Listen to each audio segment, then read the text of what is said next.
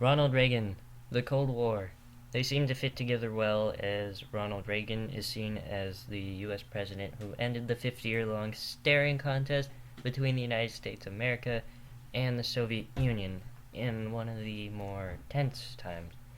But how did this era of proxy wars and clashing ideologies affect the former president?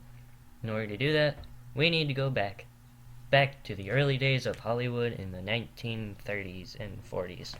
Hello everyone, I'm Gabriel Gonzalez, and I'm here to explain random stuff I gathered up. I guess. Okay, let's begin. It all starts in Reagan's career as a moderate Hollywood star in the 1930s and 40s. At this point in time, he is a Democrat who voted for people like FDR, otherwise known as Franklin Delano Roosevelt, and all that good stuff. This was also when Stalin's USSR was on the rise. Communism also came to America, especially in Hollywood. This was a problem. As Reagan took notice of this, he had to speak against it. Changes were happening as the US grew more wary of the Soviets and began to crack down on communism, creating the blacklist, questioning movie stars that they believed had potential connections to communism and sympathizing with it. World War II happened with all the Nazi stuff, Japan, evil, all that bad stuff. You know what's going on, so I'm gonna just skip over this. And so the Cold War began, which also happened to be Ronald Reagan's transition from a Democrat to a Republican during a very intense time in the intimidation conflict with the nuclear arms and space race. And it was also a time when people thought hiding under a desk would save you from a nuclear bomb and the potential fallout to come. Great job, America.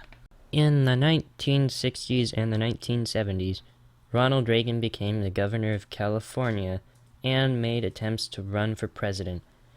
And in the late 70s, the Carter administration began.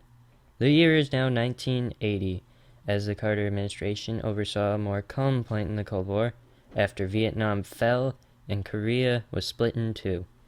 Americans were also not satisfied with some of the actions he took during his presidency, especially with the Iranian hostage situation, being the fact that the hostages were still in Iran. And so, in the election of 1980, the American people turned to Reagan to elect him as the 40th President of the United States. After the attempted assassination by John Hinckley Jr. in March of 1981, the Cold War was in full swing once again, and Reagan did not back down against the Soviet Union.